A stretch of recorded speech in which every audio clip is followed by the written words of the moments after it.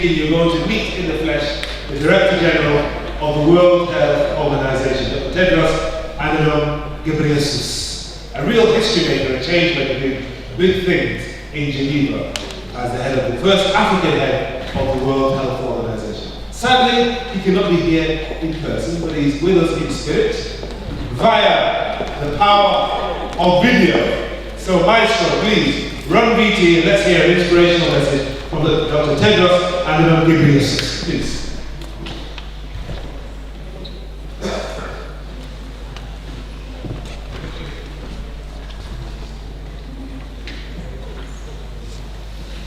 Dear Fanny and Lashana, ladies and gentlemen, thank you so much for the invitation to speak to you today, and I'm sorry I can't be with you in person.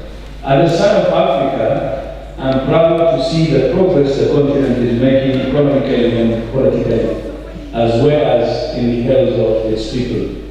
Between 2000 and 2015, life expectancy in Africa increased by almost 10 years, double the global average. We can celebrate the incredible progress we have made in HIV, malaria, and child survival, but many challenges remain, as you know. As Africa becomes more prosperous, inequalities are growing. Some people can access world-class healthcare, while millions of others miss out on the most basic services. The best way to ensure everyone can access the health services they need without facing financial hardship is universal health coverage, based on strong health systems and timely care. Universal health coverage is not a luxury, it's a prerequisite for development.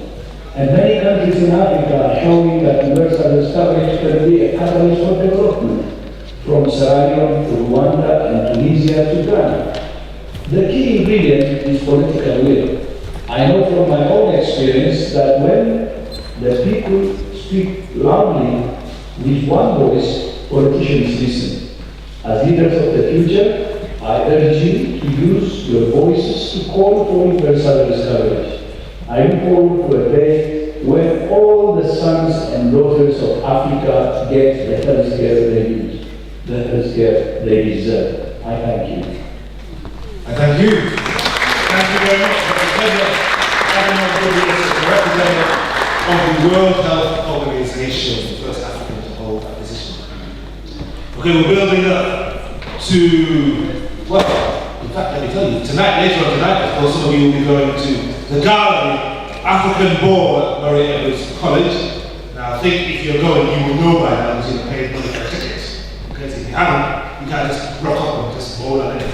I think that'll be a really nice way to end what's been a fantastic day. Before that, of course, we have got a closing keynote address from the Honourable Minister of Information and Culture, Alhaji Lai Mohammed. He'll be coming up after the Pièce de Résistance, the big debate, home or abroad.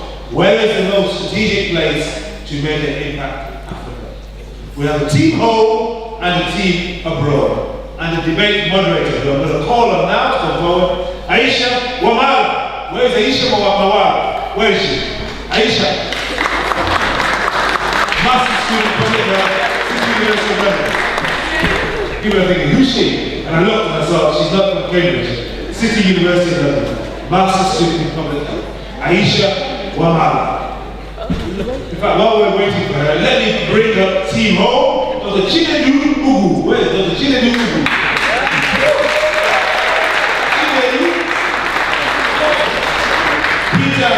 Peter Ajak. Peter Bia Ajak. Aha.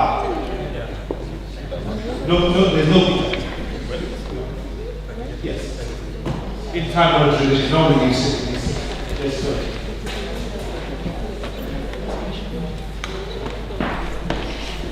This being a center of debate for many, many years, it's appropriate to follow some of those rules.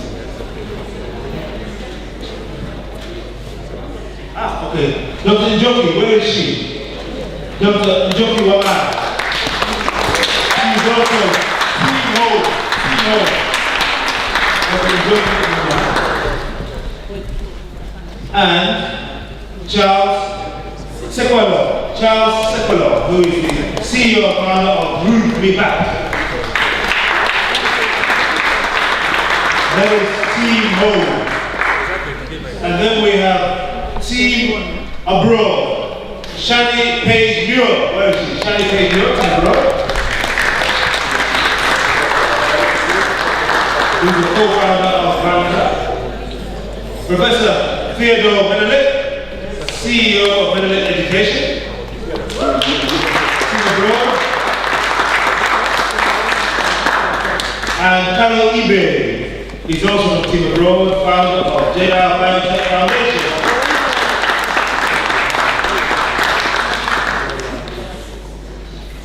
Right. All I need now is the debate moderator. Aisha Wamala. There she is. She's sitting. Aisha, it's over to you. So thank you everyone for coming today. I hope you've enjoyed all the panels, discussions that have been happening today. So now on to the debate. We're going to talk about home or abroad. What places the best industrial development or impact? So we've decided we're going to start with abroad. And who would like to start? Abroad? Okay, so Carol, we'll start with the debate.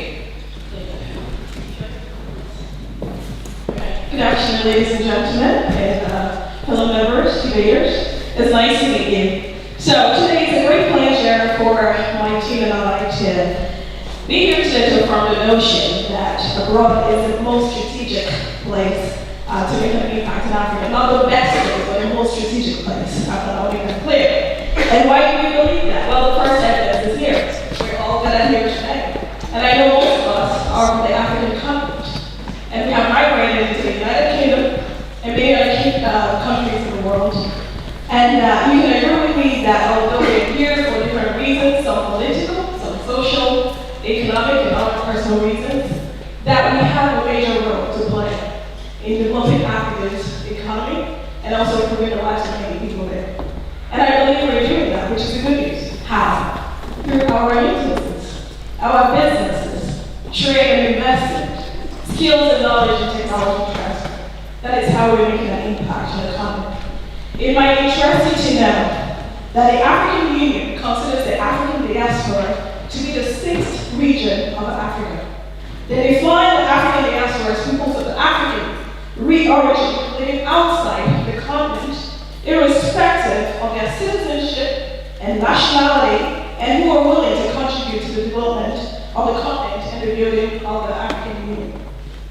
Today, the World Bank estimates that there are about 140 million of us, the African diaspora, living outside of the continent. In fact, North America alone has 39 million Africans living in North America. There are more than 110 million Africans living in Latin America. We have 13 million Africans living in the Caribbean, 3.5 million here in Europe, and I'm one of them. And so the question is, how are we making an impact? For instance, how many people send money home? Or maybe have done that at least once, even though we don't answer phone calls sometimes, because we have our own economic reasons but not wanting to answer those phone calls when they're coming. But somehow we do contribute. And the World Bank estimates that remittances from the African diaspora into Africa, 2050 was $35 billion. $35 billion only in 2015. And you can agree with me, that is actually significantly more than the national budget of many countries in Africa. Okay, so Nigeria alone last year, 2017, remittances was $22 billion into Nigeria, contributing to 5.6% of the GDP. Togo was top 10 in the list. Also, remittances from the Togo diaspora into Togo also amounted to almost 9% of Togo's GDP. So tell me, how are we going to make that impact on the economy? We don't have to be physically there, but we're contributing to the economic development and also improving the lives of relatives and other people through our skills transfer. To further support this point, there is a research done by the African Development Bank, which suggests that migrant remittances to African countries are second only to foreign direct investment, and surpasses even official development aid. In fact, some African countries like Ethiopia and Kenya are now using the diaspora fund to tap into the assets of their diaspora in investing And you know that it can actually possibly use this to borrow, use as collateral, to borrow funds from international capital markets and also multilateral finance institutions, and also maybe bilaterally from other governments. This is how we make an impact. When applied successfully, the diaspora funds can actually finance high-impact, large-scale infrastructure development projects in healthcare, in agriculture, ICT, energy, and education, which we so desperately need on the continent. In addition to financial remittances, we are also contributing through our own knowledge, our education, our skills, trade, businesses, different investments, whether personal or on the corporate level. That is how we're contributing. I am from Nigeria. I'm an African, went to my undergraduate there, and I migrated to the US, and then found my way here. But somehow, through the experiences that I've had here, I have now set up a foundation called Ghebreyesus Foundation. And what we do is to provide training opportunities for African researchers and PhD students to learn modern scientific techniques and principles that they can use back home and train others. You can agree with me, and I understand here that many of you are also making some kind of difference, maybe through your education, maybe through your skills, or investments, trade, and other opportunities. So I think with this, and maybe more to come, I agree, that I have convinced you successfully, hopefully, even though I still maintain the point that abroad is the most strategic place to make an impact on the continent. Thank you.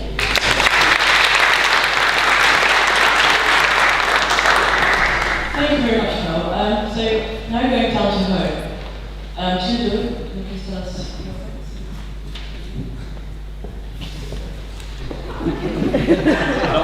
I think everyone can hear me. I think I have a line voice. Well, good afternoon, ladies and gentlemen. Today, I will present my view on one of the best strategic ways to make impact to African development. Well, I will establish first of all that any positive contribution you make, regardless of whether you're home or abroad, that is good for development in Africa. Having said that, for this conversation, we are not talking about just contribution. The argument is where is the most strategic place to make this contribution. For us on this side of the debate, we're saying that moving back home is the best place to make this contribution. And I'll begin my argument with this adage in my language, Igbo. And it says, in translation, if you want to fight, you get in the ring, or else you are just a spectator.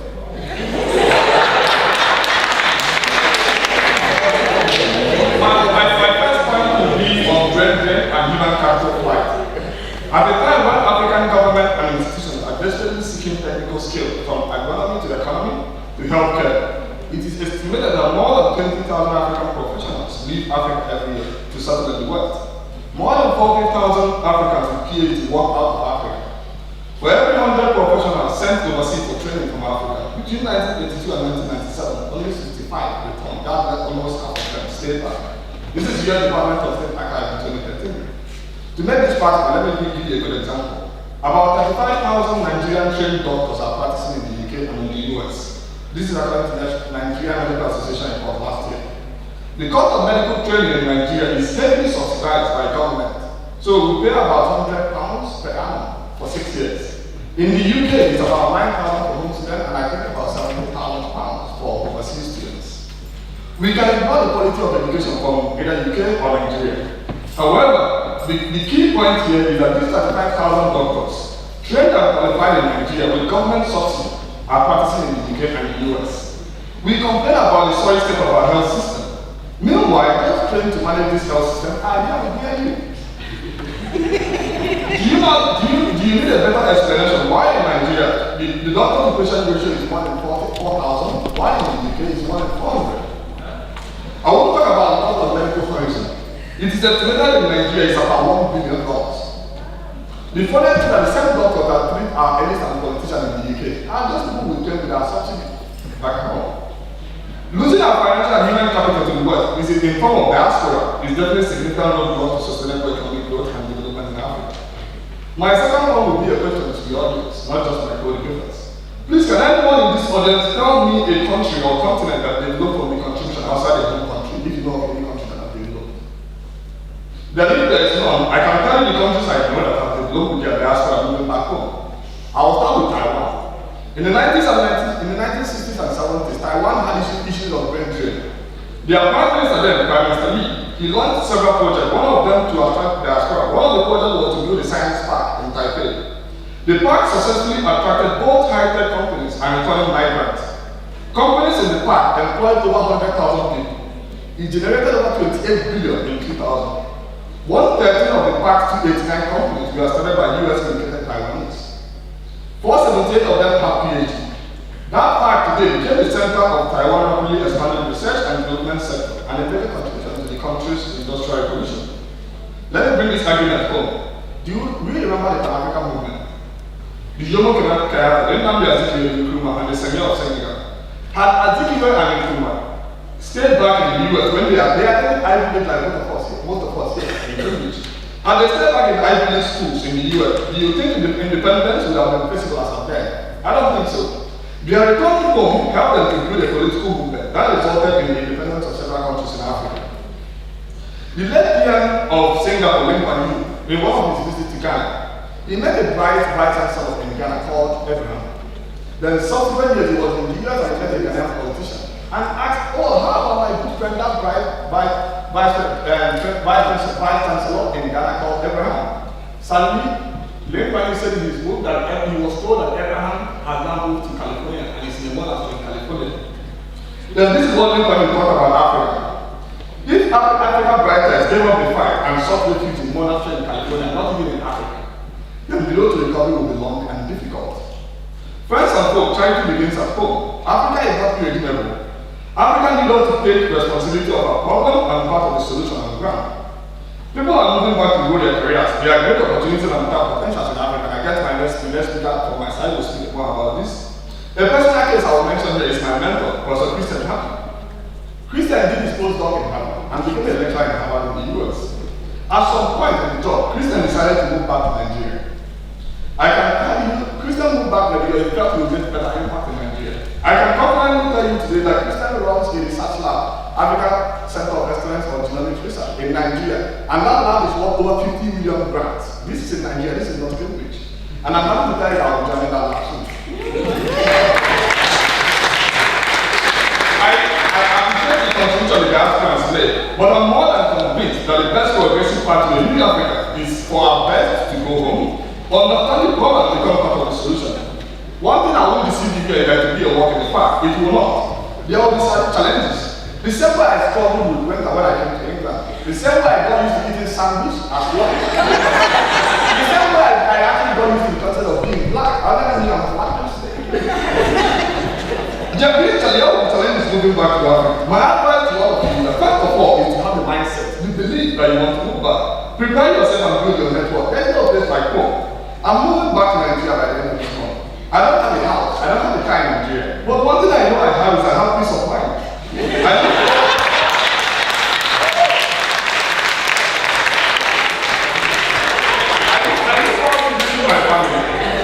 I look forward to eating about not sandwich for lunch.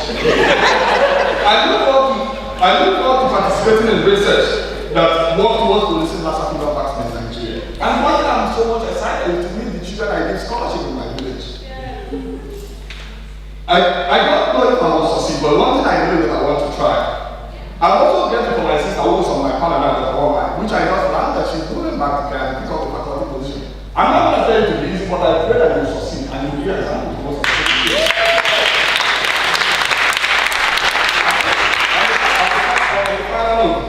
I will appreciate my brother who was meant to be on my panel, but I think the flight today didn't get make it here. Because he's not back to South Sudan after finishing his PhD. He's leading his political movement.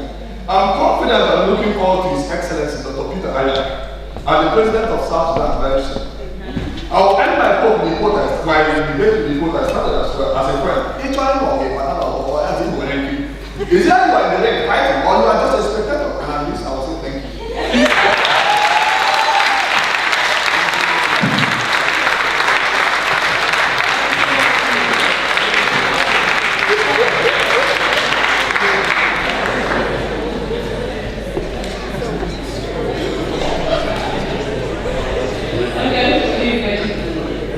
Thank you very much. I believe we'll have to put together ready. I think our opposition, I think I'm missing the point. We are not arguing that it's best to be abroad and never to go back. That's not the argument. The argument is, where is it best to make an impact back home? And we feel that being abroad is actually a good strategic place to be abroad. You've asked, I've tried, I haven't finished writing the names of all the countries. You've asked to name a few countries that had a contribution made by their citizens living abroad. You've mentioned Taiwan, you can carry on China, Japan, India, Ireland. You can even call Scotland and Ireland also two other countries that have done so. And the reason why they've done so is because by being abroad, you actually gain some knowledge, learn the mistakes that others are making, and try to not to replicate them back home. But at the same time, someone was mentioning sending money back home. It is vital. It is very important to go abroad and to live abroad, but use that knowledge, use that opportunity to transform things back home. It is true that it is a mistake and a missed opportunity if you actually live abroad and you squander that opportunity. So from our perspective, living abroad is a strategic position to be in, but that has to be used in a very efficient way in order to make a contribution back home. The second point that I was going to make about this is some of you are very lucky in that, say for example, when you look at the Ghanaian government and the policies that they have in place, it actually encourages its citizens to come back and invest back home. But when you look at countries like the DRC, where we are seen as a distraction, as we are seen as an opposition to the government, and we are not so much welcome to come and make a contribution, then that is also a serious problem. One of the other problems that we have, for example, when we mention the DRC, for example, is in the coming election, people or Congolese from the diaspora will not be allowed to vote during the coming election. And I think that's also a big mistake. That is our position, so I return the favor to you. Thank you so much. So I'd like to introduce Charles.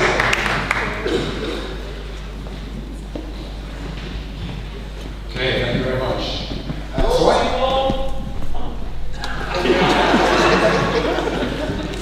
I didn't quite hear that, but I assume you're cheering me on. So I come to this conversation from an interesting place as one of the founders of Moving Back. Our ultimate goal is to drive social and economic development on the African continent by connecting people from across the globe, whether they're inside Africa or outside of Africa, to drive social and economic development. Now, I have a personal and fundamental belief that in terms of making impact, you can do that from wherever you are, right? And it is a very individual decision that one needs to make. It depends on the stage of life where you're at, it depends on your family, it depends on your values, whatever it is that's important to you. Be where you need to be at a given point in time to make impact. However, the challenge is, or the question is, if we're all outside of the continent looking to make impact, from a strategic point of view, can that actually happen, right? I believe that the diaspora is Africa's secret weapon. Highly educated, highly skilled. If you look at the Africans in America, they're actually classed as the most skilled or the most highest educated group amongst any in the region. We have multi-region perspective, disposable incomes which are relatively higher than those on the ground, and a market access which is of extreme value.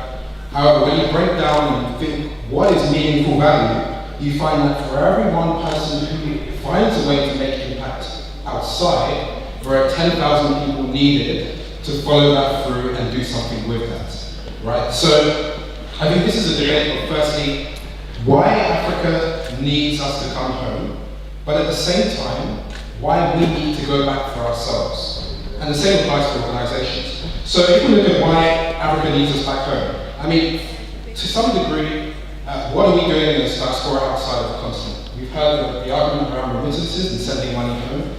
The massive contribution there, facilitating connections. What we do in moving back is ultimately connecting people who have resources to do things on the continent, whether it's import and export.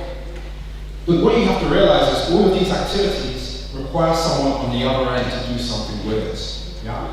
What is impact? From an African point of view, I say it's education, it's having talent on the ground, job creation, food security, international trade and development, infrastructure, health, well-being, quality of life, political freedom, peace, and brand Africa. If you think of all of those individual components, ask yourself, how much of that, how much meaningful change can actually be done if the majority of those who have the ability to do it are outside the continent? Let's take education and talent. So, one thing we know is that quality and attractive education is one of the biggest requirements for the continent right now. As Chinedu mentioned, we lose so many of our talented due to individuals looking for better education outside. Right? If you take, for example, Ghana, where I'm from, 50% of our tertiary skills are outside the continent. Africa in general, 30% of our most skilled are outside the continent. Yeah. If you look at students abroad, 10 to 15% of students abroad are African.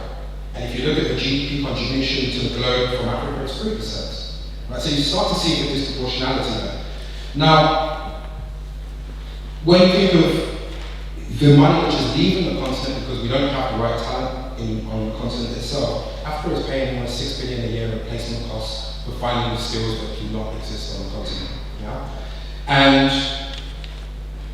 we have 10% across the continent, 10% of the managers that we need to deliver change, to deliver the programs that people are pursuing. Now, if you look at those statistics, you realize, yes, there need to be people outside who have a different perspective, but who is on the ground who is going to deliver? Yeah. If we look at jobs, in 20 years, Africa will have the largest working population of 1.1 billion. Yeah. But the continent still has 60-70% of unstable jobs. Where is that job creation going to come from?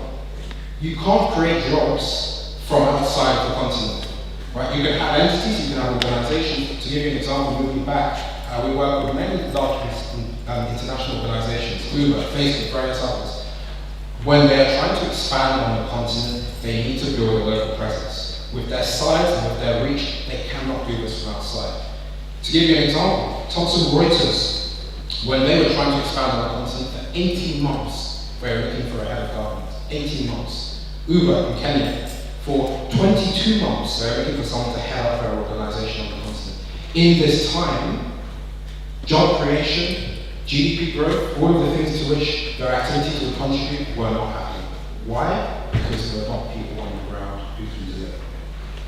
Now that's not to say Africa does not have talent. Africa has exceptional talent. But as I mentioned, the diaspora, the international perspective, the skills, the experience, and people measure, that is something that the continent can benefit from. Health and well-being, 1.1 doctors and 2.7 nurses to every 1,000 people. As again, Chinedu mentioned, where are the individuals who are helping to build our health systems? You cannot build health systems from abroad. Food security, 60% of Africa's land is arable. Where are the individuals who are building the next generation of agriculture supply chains, food production supply chains, packaging supply chains? You cannot do this from outside of the continent. Trade, 10 to 12% of Africa's trade, 10 to 12% of intercontinental trade represents 10 to 12%. It's 60% for the EU. It has been proven that countries that grow successfully trade with their partners. You cannot create trade between countries from outside of the continent. So we need people on the continent. Infrastructure, 90% of our energy need is unmet. Big infrastructure projects. Yes, we can get capital from outside the continent. Yes, we can get expertise, but you're not going to deliver a power station We're not going to deliver the next generation of energy from outside the continent. Okay? So, there are some reasons why Africa needs some of its most skill. And I can see the young one there trying out, she wants to go back.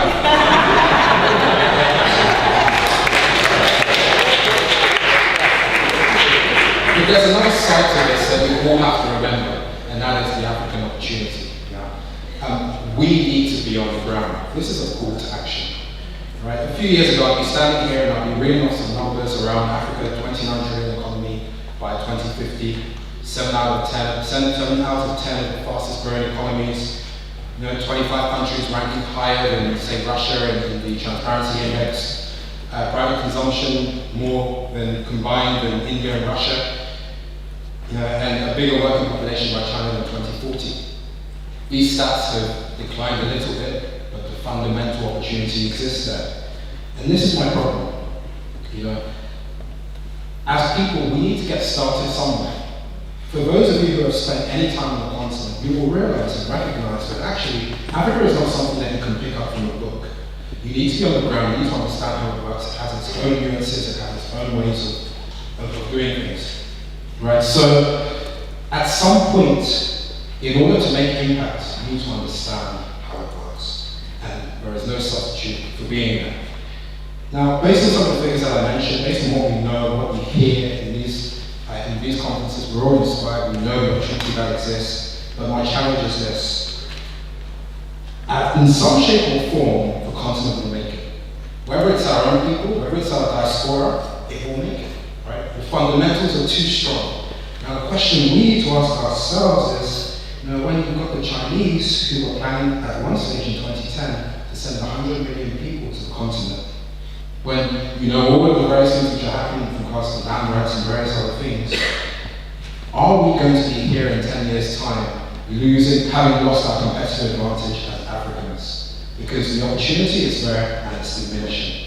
And I have a fear that some of us are running the wrong race. I can think of my career the last 20 years or so, trying to break through the glass ceiling of being accepted and making professional impact in the West. But are we perhaps running the wrong race and having the wrong path? I don't want us to look back in 5-10 years' time and look back home and say to ourselves, hey, there's a land of hope and opportunity in Africa which has emerged. It's a great place to be. We get on the plane, we go back, and we find that others are speaking our language, are knowing how to cash in checks better than us, and are actually shaping our continent when we have the opportunity to do it ourselves. So on that basis, I leave you again with the thought that individually, I believe that we should all be where we think we need to be to drive impact. But from a strategic point of view, from a long-term point of view, Africa needs more people on the ground than outside the ground. Thank you very much.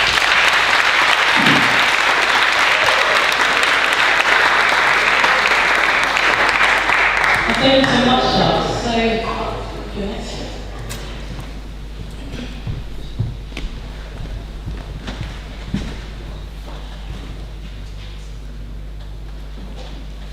So, here you are, too foreign for home and too foreign for here, never enough for both. Diaspora views. Who's able to relate to that condition? Anyone? A few hands. Right, so I think I'm going to bring a slightly different dimension to this debate. I'm going to draw largely on my position as a third generation Caribbean of African descent. So I think it's first important to establish who are the actors involved in making this strategic impact. Through my research and also through my entrepreneurial ventures, I'm going to express my opinions largely through the voices of second and third generation Africans who live in the diaspora or abroad, who were born in the UK, for example, but have various connections to the UK. So, living in the African diaspora as second and third generation to parents and grandparents who were born in Africa and say the Caribbean, we have what Ghebreyesus has called a double consciousness, and that is a state of being both black and European. And I think it's important to own this. Going back isn't always a rosy picture. We are confronted with challenges and faced with tensions such as not being seen as from here. You're told you're foreign, you're told you're not real Ghanaian, you're not real Nigerian. And you're continually reminded of that, be that through being ripped off in terms of getting taxis, not being able to speak the local language. And of course, going back to Christmas, that 2 weeks in Ghana, the turn up is very different from living there for say 6 months up to 8 years at a time. It's a very different experience. But I think we can actually use this to our advantage. We can use our resources and our various expertise that we have acquired in the diaspora to create links and forge networks with those in the diaspora and those in Africa. For example, GUBA, which stands for the Ghana UK-based Achievement Awards, is all about creating closer economic, social and cultural ties between Ghana and the United Kingdom. Also, Britain's Zimbabwean Society is all about supporting people-to-people links and knowledge transfer. And this brings into play what my colleague Carol spoke about in terms of an extended notion of Africa. So in 2011, the African Union included the African diaspora as the 6th region of the African continent. And historian Colin Filona argues that Africa has a relevance to the African diaspora, and the African diaspora has a relevance to Africa. They are both twins. And I think it's essentially about the advancement of all of us, regardless of our location. Secondly, I think there is a tendency in debates like this for there to be a focus on economic and political impact, overlooking the ever so important socio-cultural impacts. And we've seen a lot of this in the African diaspora. Take, for example, international Grammy Award-winning Afrobeat artist Fuse ATC, who has used his platform in terms of making commercial music to create impact. Many of you